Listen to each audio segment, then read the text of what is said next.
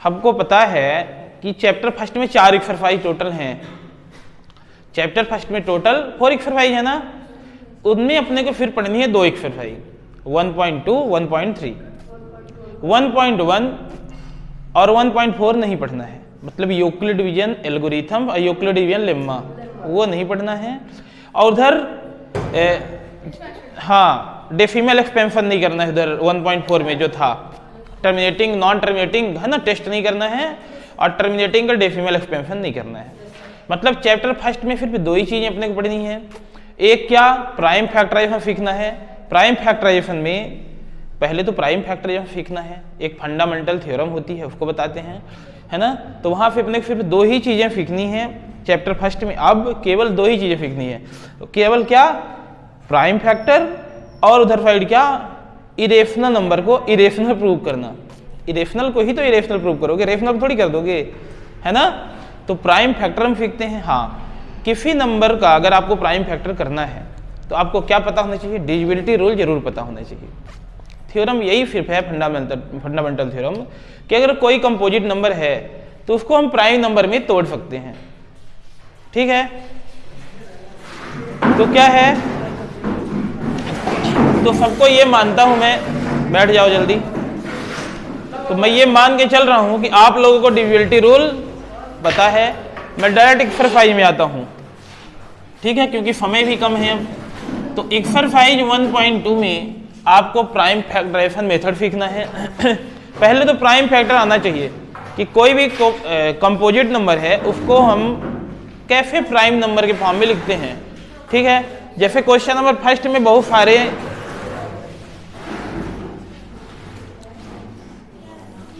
Question number first जो 1.2 का है तो उसमें बहुत सारे क्वेश्चन हैं, 4 क्वेश्चन हैं, और उनको फिर आपको प्राइम फैक्टर करना है। मैं एक क्वेश्चन का प्राइम फैक्टर कर रहा हूं, आप लोग करेंगे बाकी क्वेश्चन को, ठीक है। जैसे क्वेश्चन फर्स्ट का फर्स्ट है 140, इसका प्राइम फैक्टर करना है तो ये नंबर 2 से डिवाइड हो जाना चाहिए, है ना। यूनिट डिजिट को देख के मैं समझ गया, अभी भी देख के यूनिट डिजिट में समझ रहा हूँ।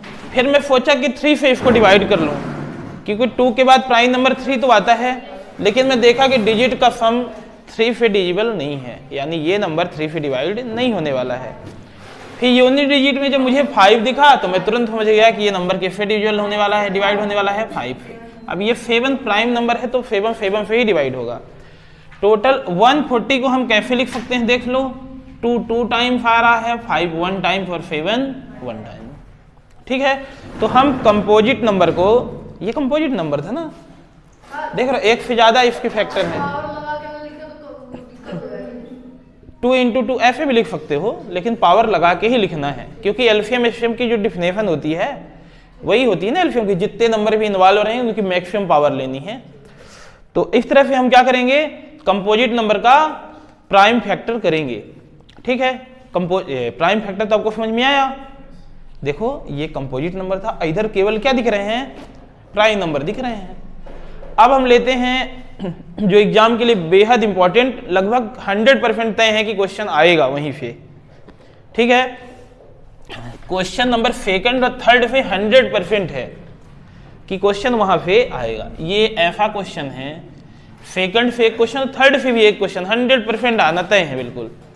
सेकंड का फर्स्ट क्वेश्चन है, 2 नंबर आपको दिए हुए हैं 26 और 91, और इनका एलसीएम एचसीएफ फाइंड करना है यूजिंग प्राइम फैक्टराइजेशन मेथड, ठीक है।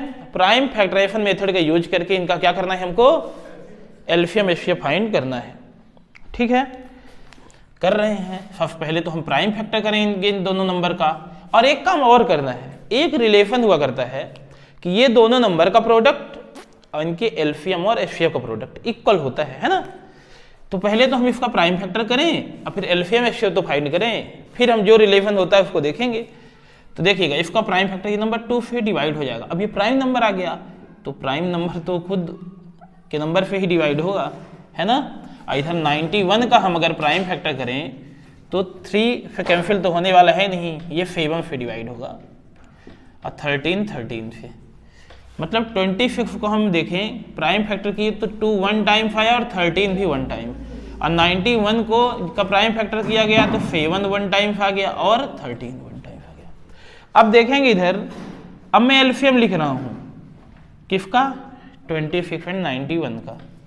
एलसीएम क्या होता है, इधर प्राइम फैक्टर में जिन जिन नंबर का हमको एलसीएम निकालना है, इनका जो हम प्राइम फैक्टर किए थे, जो जो नंबर इधर इन्वॉल्व हैं उनकी मैक्सिमम पावर लिखनी है। इधर कौन कौन से नंबर आपको दिख रहे हैं, मुझे तो 2 दिख रहा है, 7 दिख रहा है, 13 दिख रहा है, इनकी maximum power.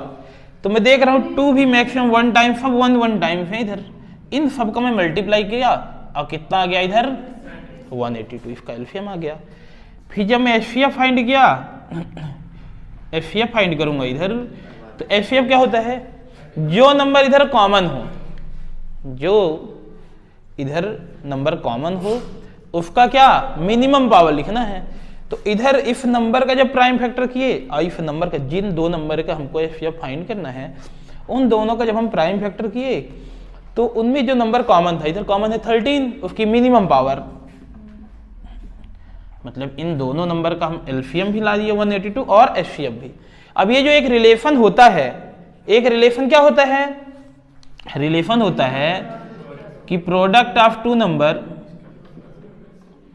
Product of 2 number equal to LCM of 2 number into HCF of 2 number. ठीक है, तो यहां पे देखेंगे 2 नंबर जो हैं तो वो हैं 26 91, उनका मल्टीप्लाई हम करेंगे, और इधर जो एलसीएम है किसका 26 91 का 182 और एचसीएफ कितना है 13, इनका है ना, हम मल्टीप्लाई करेंगे तो आएगा कितना, दोनों का हम मल्टीप्लाई करके और इधर लिख देंगे, इक्वल ही आएगा। कितना आ रहा है, मल्टीप्लाई करो आप, 2 3 6 6, और इधर भी मल्टीप्लाई आप करेंगे तो बिल्कुल इतना ही आएगा। ठीक है, इस तरह से कोई भी 2 नंबर आपको अगर गिवन है, आप प्राइम फैक्टर करेंगे, एलसीएम एचसीएफ फाइंड करेंगे, और फिर ये जो एक रिलेशन होता है उसको जरूर दिखाएंगे। अब पूछेगा ही पूछेगा, पूछता ही है। ठीक है, इसको नोट करें।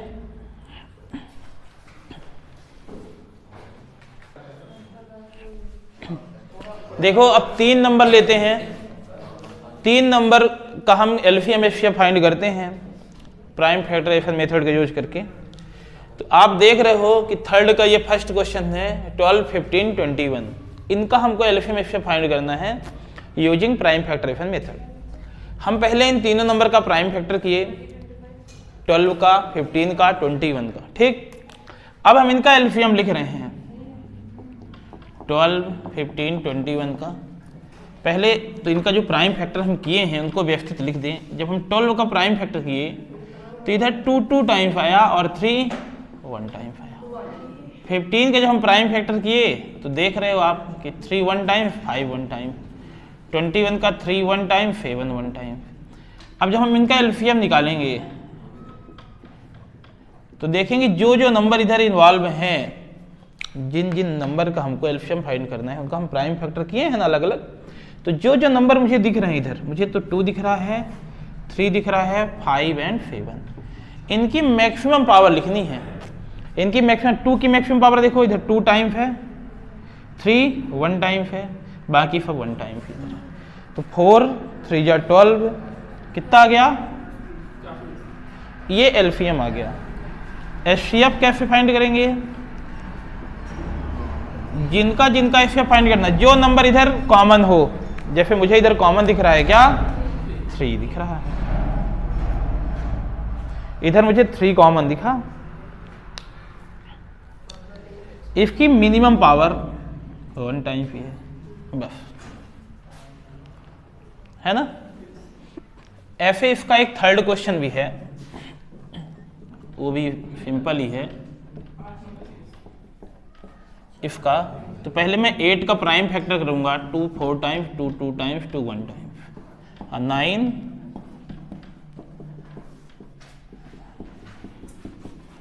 जब मैं 8 का प्राइम फैक्टर किया, देख रहे हो 8 2 3 टाइम्स आया, 9 के लिए 3 2 टाइम्स, 25 5 2 टाइम्स। जब मैं एलसीएम लिखूंगा तो जो नंबर इधर इन्वॉल्व हैं इनकी मैक्सिमम पावर 2, 3, 5 दिखा, इनकी मैक्सिमम पावर में लिख लिया। अब इनको मैं सॉल्व करके अब मल्टीप्लाई करूंगा, उतना ही आ रहा है 8, 9 और 25, ये 1800 आ गया। जब मैं HCF लिखूंगा तो मैं देखूंगा इधर कोई नंबर क्या है कॉमन कोई नंबर नहीं है। जब कोई नहीं है तो मल्टीप्लाई 1 तो मैं कर ही सकता हूं सब में, है ना। इसलिए इसका HCF क्या 1, कुछ भी कॉमन नहीं तो 1, मैं 1 का मल्टीप्लाई कर दूंगा, नंबर भी कॉमन आ जाएगा और कोई फर्क भी नहीं पड़ेगा इधर, है ना, नंबर में। ठीक है। तो अगर 3 नंबर गिवन हो इस तरह से तो हम एलसीएम HCF फाइंड कर सकते हैं easily.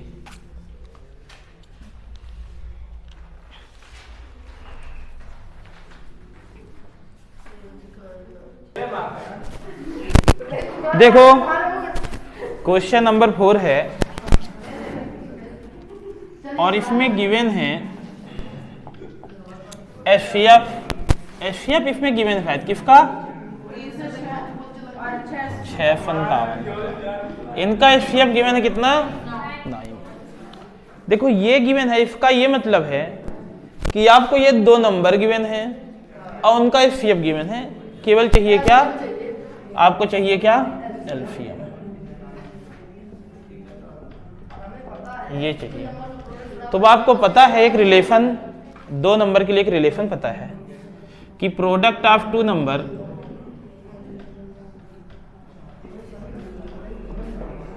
Equal to LCM of 2 number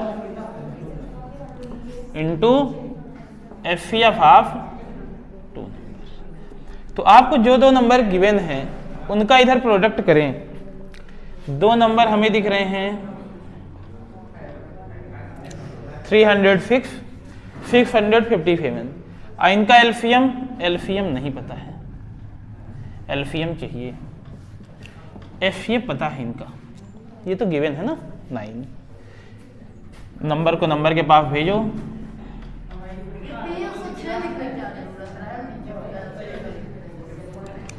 सब जरूरी है इसीलिए लिखा जा रहा है। अब चलो कैलकुलेट करो, 9 7 जा और 9 3 जा, मल्टीप्लाई कर लो। तो इस तरह से इन दोनों का जब मल्टीप्लाई हम करेंगे तो आ जाएगा एलसीएम, किए मल्टीप्लाई,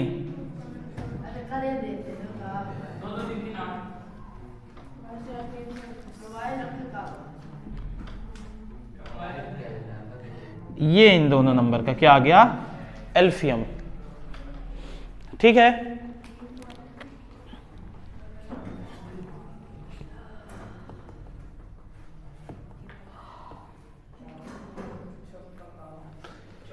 क्लियर हुआ?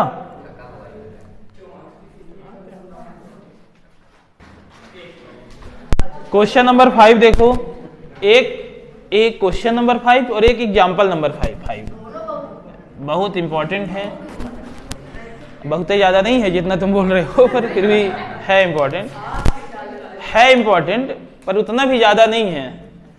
देखो ये जो क्वेश्चन नंबर 5 है, क्वेश्चन आप लोग देखें, क्वेश्चन ये है कि अगर कोई नंबर है इस फॉर्म में 6 की पावर n, है ना, n की जगह पर आप अगर नेचुरल नंबर रख रहे हो 1 2 3 4 5 6, तो क्या इसके कभी आखिरी में 0 आएगा? मतलब ये पूछ रहा है कि क्या ये कभी 5 है, क्या क्वेश्चन है कभी, हाँ ये पूछ रहा है कि क्या इसके एंड में लास्ट डिजिट में कभी 0 आएगा क्या? पहले समझ लो इस क्वेश्चन को, फिर व्यवस्थित लिख देंगे 2 लाइन। ठीक है, तो देखो क्या है, क्या क्वेश्चन है कि अगर इस फॉर्म में कोई नंबर है तो क्या इसके लास्ट में कभी 0 आएगा क्या? देखो लास्ट में 0 आने का मतलब, यूनिट डिजिट में 0 आने का मतलब कि वो नंबर 5 से डिवाइड होगा। ठीक, और एक बात ये है कि जो नंबर जिस नंबर से डिवाइड होता है, जैसे ये देखो कि जो 10 है तो वो 2 से डिवाइड हो जाएगा ना 10, तो आप 2 की टेबल पढ़ोगे ना तो 10 जरूर आएगा, है ना। मतलब आप 10 का अगर फैक्टर करोगे तो 2 जरूर दिखेगा, ये भी कह सकते हैं हम। क्या बात समझ में आ रही है? 25 जो है 25 हम 5 से डिवाइड कर सकते हैं 25 को ना, तो जब हम 25 का फैक्टर करेंगे तो उसमें 5 जरूर दिखेगा। 49 है ना, वो 7 से डिवाइड हो जाएगा ना, हम 49 के फैक्टर करेंगे 7 दिखेगा। मतलब कि इसके आखिरी में अगर 0 आएगा मतलब ये नंबर 5 से डिवाइड हो जाएगा। मतलब अगर इसका हम प्राइम फैक्टर करें तो क्या दिखना चाहिए, 5 दिखना चाहिए। तो क्या इसका हम प्राइम फैक्टर भी करेंगे अगर 2 × 3 तो क्या 5 दिखेगा, नहीं दिखेगा। तो ये कंफर्म है कि ये इफ फॉर्म में अगर कोई नंबर है उसके लास्ट में 0 आ ही नहीं सकता। ठीक है, ठीक है। और इसको हम थोड़ा सा लिख लेते हैं ना, तो लिख लीजिए आप लोग, है ना, if a number end with 0, है ना। मतलब हम क्या करेंगे, अगर इसका हम देखो कोई नंबर है उसके अगर आखिरी में 0 है तो इसका क्या मतलब है कि अगर उसका हम प्राइम फैक्टर करें तो वो क्या होना चाहिए, है ना, prime factor must be f लिख दो 2 × 5, है ना। उसकी अगर आखिरी में 0 है मतलब वो नंबर किससे डिवाइड हो जाना चाहिए, आखिरी में 0 आने का मतलब वो 10 से डिवाइड हो जाना चाहिए, मतलब 2 × 5 या 5 या 2 दिखना चाहिए, है ना। इस फॉर्म में वो होना चाहिए। अब हम 6 की पावर इसका अगर हम प्राइम फैक्टर करते हैं तो इसको कैसे लिखना पड़ेगा, 2 × 3 की पावर। अब देखो क्या कि अगर 6 का हम प्राइम फैक्टर किया दिखा क्या, नहीं दिखा ना, तो हम आखिर में यही लिख देंगे can not be and with digit 0, बस। ठीक है, लिख दो इतना।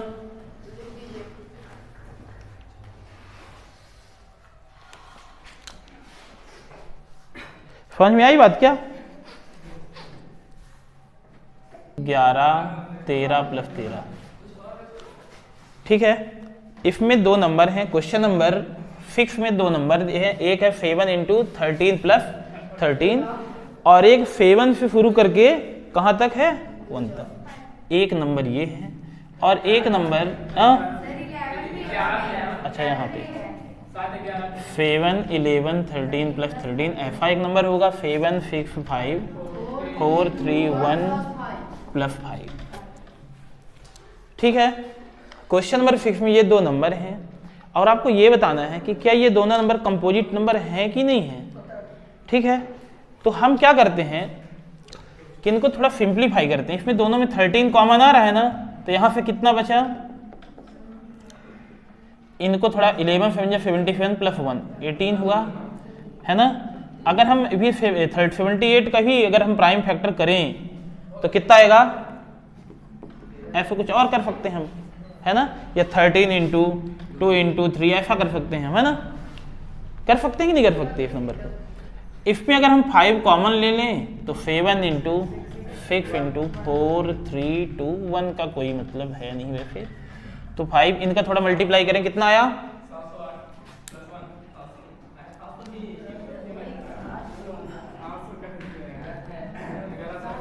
मल्टीप्लाई सही है, हमको नहीं लगा 1000, हाँ 1008 आएगा इसका मल्टीप्लाई। ठीक है, अब आप देख रहे हो कि इस नंबर को भी अगर मैं किया तो इसके कितने फैक्टर निकल के आए, इसके भी 2 फैक्टर दिख रहे हैं ना। उस नंबर को मैं सॉल्व किया, इसके भी 1 से अधिक फैक्टर दिख रहे हैं। कंपोजिट नंबर में यही ना होना चाहिए कि ये दिखे, और यहां भी हम देख रहे हैं कि यहां भी फैक्टर इसके कई दिख रहे हैं, है ना। तो हम लिखेंगे कि बोथ नंबर आर, वाह, बोथ नंबर आर कंपोजिट, है ना।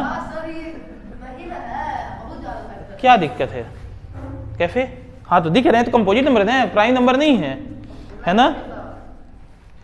They have many factor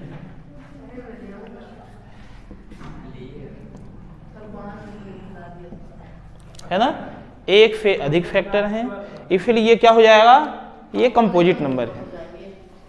exam में जाके फिर लिखना भी है, इसलिए लिखाया जा रहा है। बाकी बनता है आप लोगों को, मुझे भी पता है, पर मैं क्यों पहले क्यों नहीं किए? देखो सुनो, क्वेश्चन नंबर लास्ट है ये 1.2 का। इसमें एक सर्कुलर पाथ है, मान लेते हैं स्टार्टिंग पॉइंट ये है ना, यहाँ से फानिया दौड़ती हुई वापस से यहीं पे कितने मिनट में आ रही है? 18 मिनट में। और एक और कौन है? रवि 12 मिनट में ही यहीं पे पहुंच रहा है। दोनों मान लो किसी टाइम पे साथ में ही दौड़ना स्टार्ट किए, यहाँ से कितने मिनट के बाद वो वापस से यही इसी पॉइंट पे मिलेंगे। तो ऐसे है, देखो फानिया, एक फानिया है ना, फोनिया है, फोनिया टेक्स 18 मिनट, और एक कौन है? रवि 12 मिनट। ठीक है, हाँ, दे हैव मीट आफ्टर, दोनों कितने मिनट के बाद मिलेंगे? तो अगर हम ऐसे एक्सपेरिमेंटल देखें, 18 मिनट पे ये फोनिया यहाँ पे आ जाएगी, फिर 36 मिनट पे, है ना, ऐसे करते करते फिर कितने में? 54 पे, ऐसे ये 12 मिनट पे, 24 पे, 30, फिर जो टाइम कॉमन आ जाएगा वहां पे। लेकिन मैथमेटिकली जब कभी ऐसा क्वेश्चन आए तो हम क्या करते हैं? मिलने की बात पूछे तो एलसीएम फाइंड करते हैं। देखो कुछ लॉजिक होते हैं, अगर कहीं पे मिलाने की बात कर रहा हो या छोटे से छोटा पूछ रहा है, स्मॉलेस्ट नंबर, है ना, तो वहां पे हम एलसीएम फाइंड करते हैं। जहां पे ग्रेटेस्ट नंबर, लार्जर नंबर पूछ रहा हो या बांटने तोड़ने की बात कर रहा हो, वहां पे हम एचसीएफ फाइंड करते हैं, है ना। इस लॉजिक को लेके चलते हैं। तो कितने मिनट के बाद दोनों मिलेंगे? तो हम एलसीएम निकाल लेंगे, किसका? 18 का और 12 का। तो इसका हम थोड़ा साथ में यहीं पे प्राइम फैक्टर भी कर लें, तो 28 का क्या हो जाएगा? 2 3 जा 6, है ना, मतलब 2 1 टाइम्स है, 3 2 टाइम्स है। 12 करेंगे तो 2 2 टाइम्स और 3 1 टाइम्स। इन दोनों का हम देखेंगे एलसीएम। तो इनमें जो नंबर इन्वॉल्व है उनकी मैक्सिमम पावर 2 2 टाइम्स है, 3 1 2 टाइम्स है। देख रहे होंगे 36 मिनट आ गया। They have meet after 36 minute. ये एक्सरसाइज कंप्लीट हुई है ना। हाँ, अभी रेशनल प्रूफ और ऑब्जेक्टिव कल।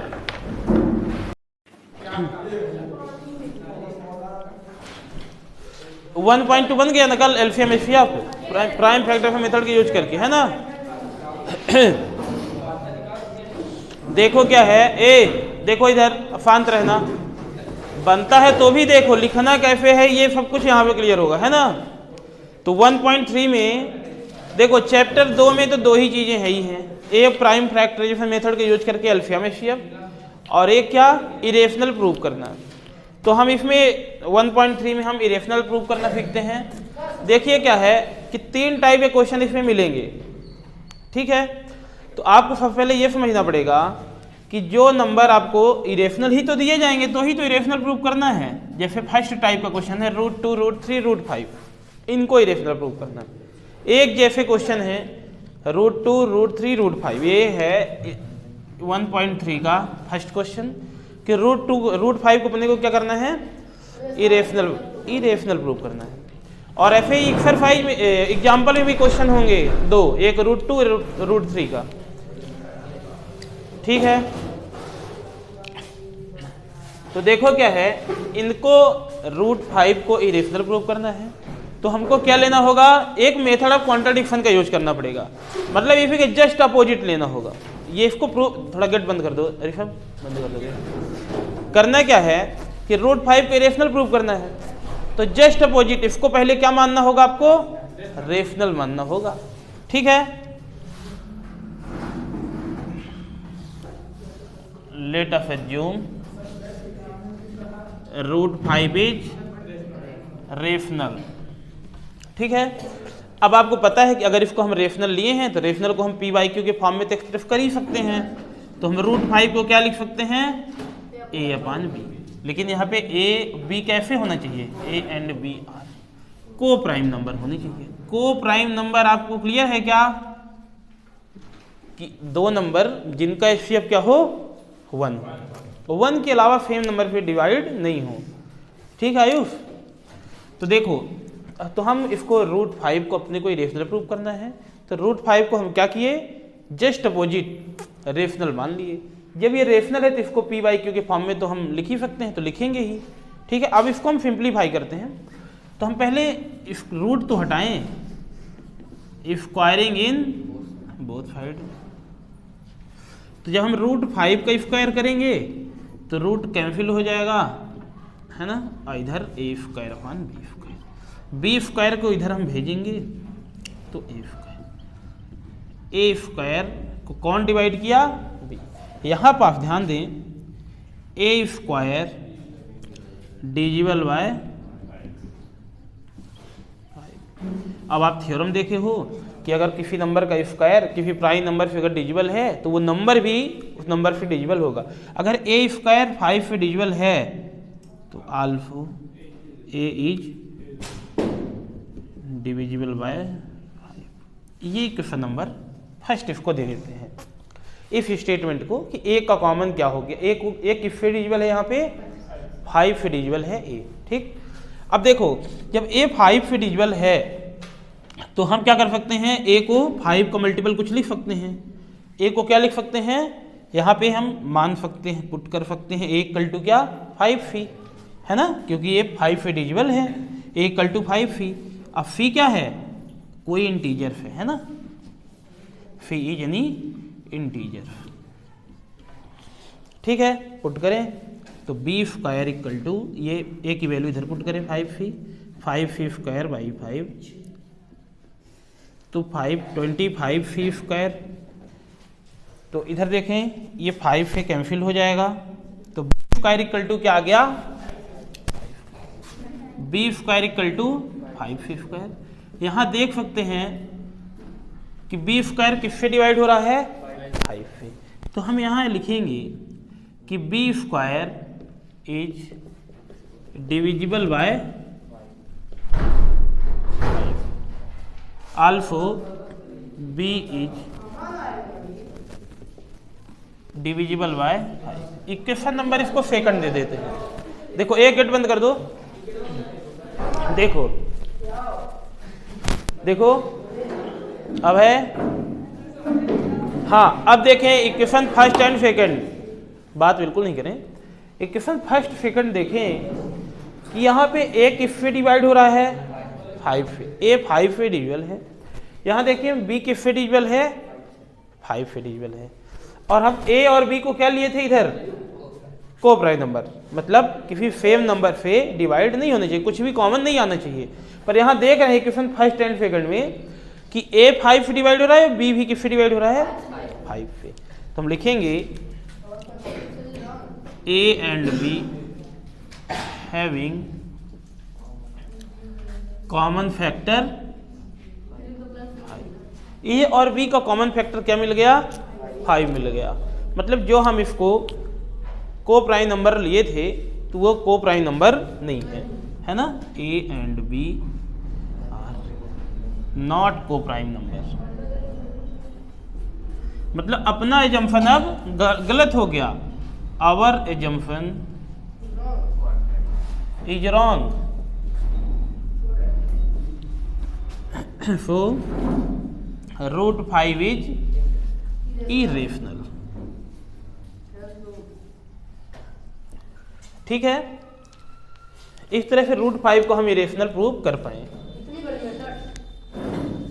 कोई बड़ी मेथड नहीं है ये, इतना करना ही होगा। इसी तरह से सेम टाइप के क्वेश्चन है √2, √3, √5, है ना। √2, √3 भी इसी के जैसे हैं। तो इधर जहाँ 5 है वहाँ पे आप √2 रखेंगे, √2 प्रूफ होगा, 3 रखेंगे, √3 प्रूफ होगा। √2, √3 कर पाएंगे ना ऐसे ही,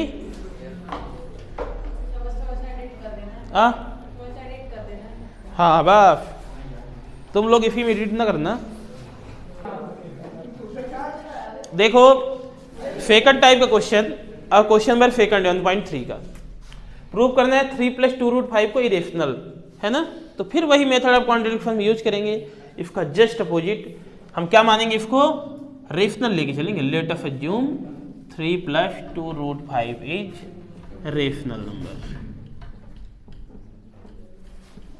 अब ये अगर रेशनल नंबर है, कौन, अगर ये रेशनल नंबर है तो इसको हम a/b तो लिख ही सकते हैं, ठीक है। अब इसमें हम एक काम करेंगे, ये देखें ये रेशनल है, ये 3 को हम उधर भेजते हैं तो इधर प्लस में उधर माइनस में जाएगा, है ना, ठीक है। फिर यहाँ 2 मल्टीप्लाई में है तो इधर डिवाइड में जाएगा, देख रहे हो, ठीक है। अब यहाँ पे देख रहे हो कि ये पूरा क्या है, ये रेशनल नंबर है। अगर हम 2b या फिर एलसीएम लेके p/q के फॉर्म में लिखा ही है, वैसे भी लिखा हुआ है ये सब p/q के 3/1, तो ये सब क्या है, रेशनल है। और ये क्या है, इरेशनल, अभी भी प्रूव किए हैं, ये इरेशनल नंबर है। तो ये दोनों इक्वल कैसे हो सकता है, अगर ये क्या है, ये क्या है, अगर ये रेशनल है तो इसको भी रेशनल होना चाहिए, इक्वल नहीं आ रहा है ना, मतलब अपने जंक्शन फिर गलत हो गया। हालांकि कोशिश भी हम वही कर रहे हैं खुद को गलत प्रूव करने की, ठीक है। तो हम लिखेंगे यहाँ पे कि 1/2 उधर का जो पूरा दिख रहा है ना आपको, तो वो क्या है, रेशनल। अगर ये रेशनल है और इक्वल का साइन है तो ये भी रेशनल होना चाहिए, तो √5 इज रेशनल, है ना, समझ रहे हो, ठीक है, ठीक है। तो अगर ये क्या है, रेशनल, तो क्या होना चाहिए, वो भी रेशनल होना चाहिए, √5 को भी। लेकिन हमें पता क्या है, but we know that √5 is irrational number. होता है कि नहीं होता, मतलब क्या है, अपना एजम्पशन फिर गलत हो गया, आवर एजम्पशन इज रॉन्ग, ठीक है। हम फिर 3 + 2 √5 इज इरेशनल नंबर। ये दो तरीका आप सीख जाएंगे, √2, √3, √5। एक तरीका वो क्वेश्चन नंबर फर्स्ट के जैसा है, हाँ लिख दो ना, कोई दिक्कत नहीं, ठीक है। और सेकंड टाइप का ये क्वेश्चन है, 3 + 2 √5 हो गया, 1/√5, एक क्वेश्चन होगा 7 √5, है ना। तो वो सब क्वेश्चन को आप, हाँ, हम रेशनल इरेशनल को एक साइड करके बता देंगे कि अपना एजम्पशन रॉन्ग था।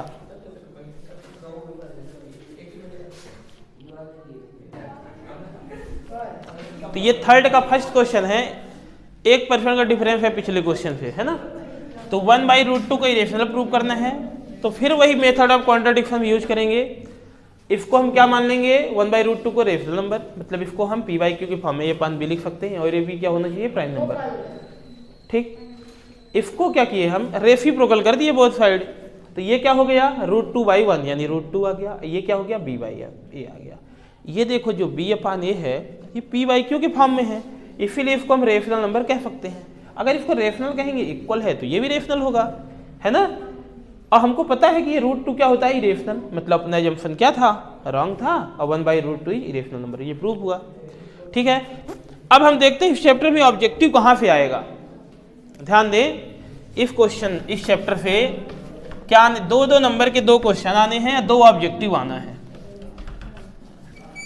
समझ पा रहे हो।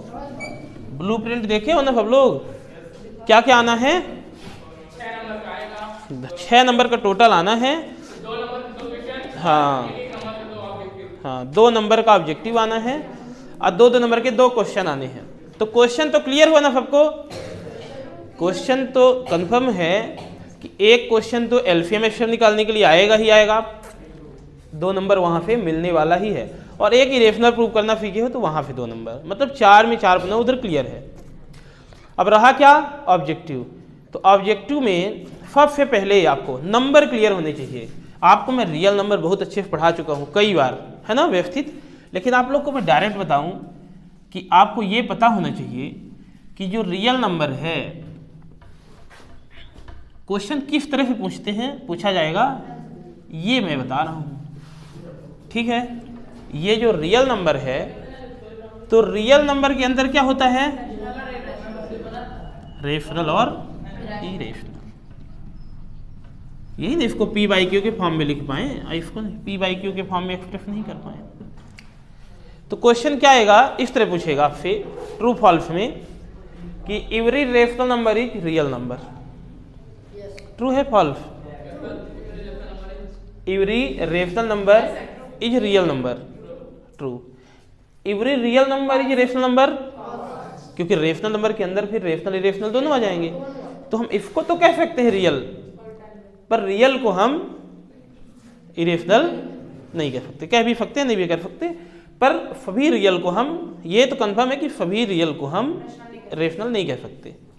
ठीक है, तो इस तरह से क्वेश्चन पूछे जाएंगे, है ना, कि every rational number is real number, या फिर पूछा जाएगा कि एवरी इरेशनल इज रियल, तो वो तो होगा, पर एवरी रियल इज रेशनल ये फॉल्स है ना।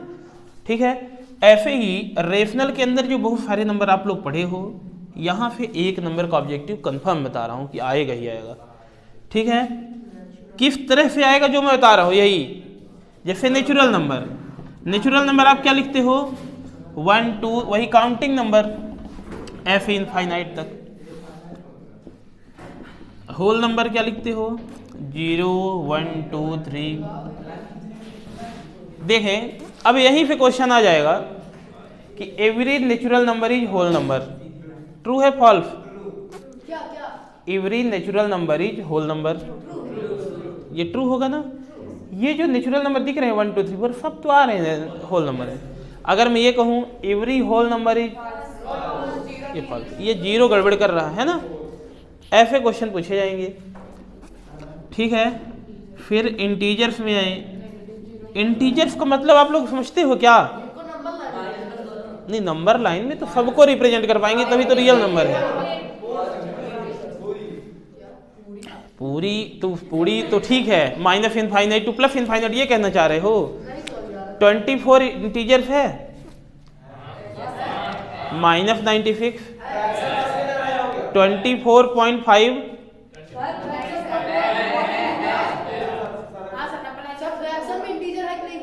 नहीं फ्रैक्शन में जैसे 15/5 है तो वो तो है इंटीजर, लेकिन अपन 15/9 आ गया, पॉइंट वगैरह में आ गया, तो वो थोड़ी है, वो नहीं है। सुनो, सब तक पहुंच रहा हूं मैं, परेशान हो, पहले बात हमारी पूरी हो जाने दो, डाउट नहीं रहेगा। इंटीजर का मतलब फिर इतना है, कंप्लीट नंबर, निगेटिव भी चलेगा पॉजिटिव भी चलेगा। इंटीजर का मतलब क्या है, कंप्लीट नंबर, पॉइंट में या पान में रूट में नहीं होना चाहिए।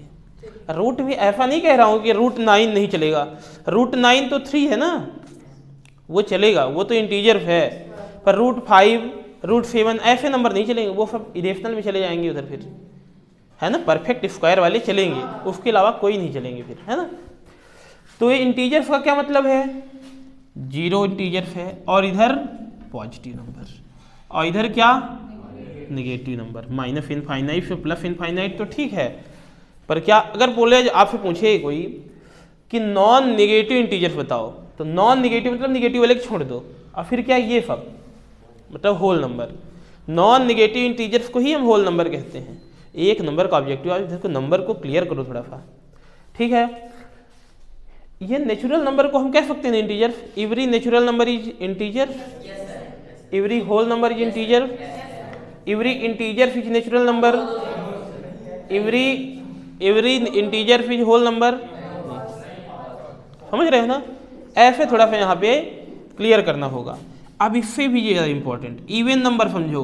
इवन नंबर से कैसे कैसे क्वेश्चन आते हैं, आप इवन नंबर समझ रहे हो ना, क्या डिफिनेशन होती है। इवन नंबर होता है 2 का मल्टीपल, 2 का मल्टीपल होता है ना, ये सभी 2 1 जा 2, 2 2 जा 2 3 जा 2 की टेबल लिखी गई है, अभी लिखी जा रही है, जो ये सब क्या है 2 की, ये सभी 2 के क्या हैं, 2 का टेबल पढ़ते हो ना 10 तक, आगे बढ़ते जाओ ऐसे। 2 के मल्टीपल क्या होते हैं। अगर कोई इंटीजर आपसे दे दिया जाए a, कोई इंटीजर a है, तो उसको उसका इवन नंबर कैसे लिखोगे आप, ये बताओ। अगर मैं 2n लिख ले रहा हूँ, n कोई इंटीजर है, तो ये इवन नंबर है कि नहीं है, 2 का मल्टीपल है ना, 2 का मल्टीपल 2q, 2 का मल्टीपल है, बिल्कुल है ना। 2q + 1 देखें, नहीं पर यही तो डाउट हो जाएगा फिर। ये भी इंटीजर, देखो ना 2 का मल्टीपल पूरे इसमें हो रहा है, ये भी देखिए ना 2 का मल्टीपल नहीं है, ये भी इवन नंबर है। अभी देखेंगे ऑड नंबर है यहाँ पे, ऑड नंबर। आपको पता है ना कि 2 के मल्टीपल बफ नहीं होने चाहिए, है ना, 2 का मल्टीपल +-1 ऐसा होता है। 7 9 11। तो देखें अगर n कोई इंटीजर्स है तो 2 का मल्टीपल +1 है। यूक्लिड लेम्मा एल्गोरिथम वो ठीक बोल रहा है। लेम्मा नहीं, देखो लेम्मा एल्गोरिथम तो हट गया है। कहाँ पे? वो अभी मैं उसको लिख रहा हूँ कि देखो मैं वही चीज लिख रहा हूँ कि तुम ये समझ रहे हो इसमें और इसमें डिफरेंस नहीं समझ पा रहे हो कितना बड़ा डिफरेंस है। अब समझ में आ गया होगा जब दोनों साथ में लिख दिए गए तो। देखो इधर, अबे थोड़ा तुम इधर घूम जाओ, अब पीछे ना घूमना, ठीक है? और थोड़ा ऐसे अच्छे से बैठो, स्टूडेंट जैसे लगता है जज जो हो तुम। देखो इधर भाई, समझो, देखो इधर ऐसे वो भी नहीं बैठे, एक्टिव रहते हैं थोड़ा सा, पर देखो इधर भाई, ये कोई इंटीजर वगैरह n है तो 2n + 1 2 का मल्टीपल है, +1 हो गया, इसीलिए ऑड नंबर है। ऐसे देखो q कोई इंटीजर है 2q + 1, यहाँ पे देखो q + 1 का पूरा का मल्टीपल है 2, लेकिन यहाँ 2 का मल्टीपल नहीं है पूरा, 2 का मल्टीपल इतना बस है फिर +1, इसलिए क्या हो गया? ऑड नंबर हो गया।